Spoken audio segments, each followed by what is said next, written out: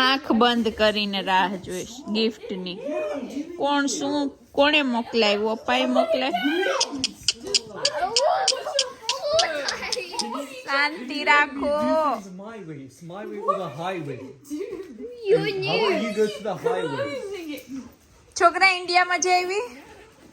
જોતો ભગવાન. You actually can't do anything. ઓહો ભાઈ ગિફ્ટ લાવ્યો.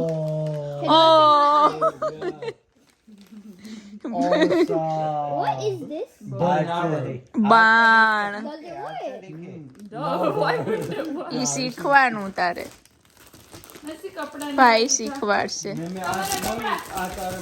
રામ ભગવાનનું બાણ. ઓ માર દીકરો. આ કોણ લાવ્યું? દીદુ લાવી કે ભાઈ કે હર્ષાભાઈ મોકલો? બોલો, સાચું બોલો.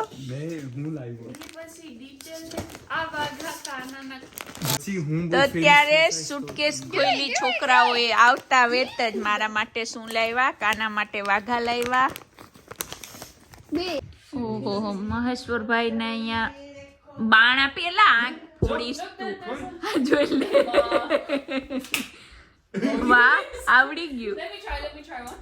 Bro, get it from the back. આમ કાઢવાનું. રામજી કેમ કરે?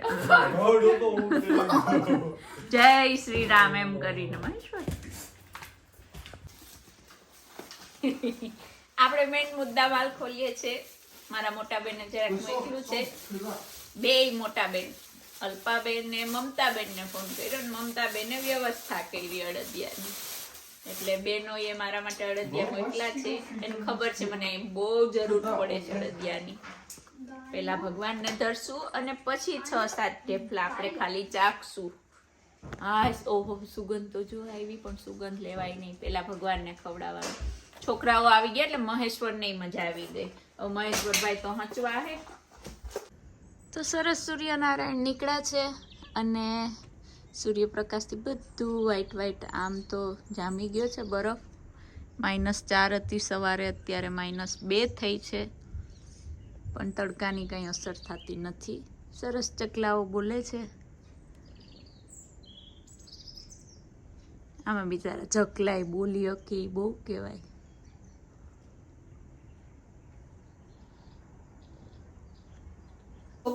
છોકરાઓ ઇન્ડિયાથી આવી ગયા છે. બહુ મજા આવી. કહેતા હતા કે અમને બહુ મજા કરી ઇન્ડિયા. છોકરાઓ ગોવા, બોમ્બે, જુનાગઢ, કેશોદ, વેરાવળ બધે ફરીને આવ્યા છે. તો કહેતા હતા અમને બહુ મજા આવી. અને યાદી આપી છે કે જ્યાં જતા હતા એ બધા કહેતા હતા કે અમે લંડનની લાઈફ જોઈએ છે. તો થેન્ક યુ બધાનો. તમારો ખૂબ ખૂબ આભાર બધાનો લંડનની લાઈફ જોવા માટે. અને આજે હું ફૂલ મૂડમાં છું રસોઈ કરવાના. આમ તો હું પણ આજે થોડી નિરાશ છે. સન્ડે છે એટલે શાંતિથી રસોઈ કરું છું. અને જો હું ગઈકાલે મૂળો લાવી, વેમલી ગઈ ને તો મૂળો લીધો. આ એક મૂળાના 80 રૂપિયા. પછી મૂળા સાથે આમ ભાજી ન આપે, ભાજી પાછી કટ કરી નાખે. એટલે ભાજી લેવી હોય તો પાછા 1 ટીપી દેવા. એટલે ભાજીના પાછા અલગથી 80 રૂપિયા દેવાના. મૂળો 1.80 નો ને ભાજી 1.80 ની. એટલે આને કહેવાય બિઝનેસ. અને આજે મેં સરસ મજાનું ભરેલા રીંગણા બટેટાનું શાક, દાળ, ભાત, રોટલી બધું કર્યું છે. અને આજનું વેધર બહુ ઠંડુ છે. -4 હતું મોર્નિંગના. આખું વીક આવું જ છે. મંગળ બુધવારે તો સ્નો પણ પડવાનો છે. તો સ્નો માટે તૈયારી રાખવી પડશે. કામે જવું પડશે. ગાડી ક્લીન કરવી પડશે સવારમાં. પણ બારે નીકળ્યા જેવું છે નહીં અત્યારે. ઘણા કહેતા હતા કે તમને ઠંડી ના લાગે, પણ ઘરમાં વાંધો ના હોય. ઘરમાં બધે હીટર હોય. અમારા અંડર ફ્લોર હીટર છે એટલે લાદીની નીચેથી ઘર આખું ગરમ થાય.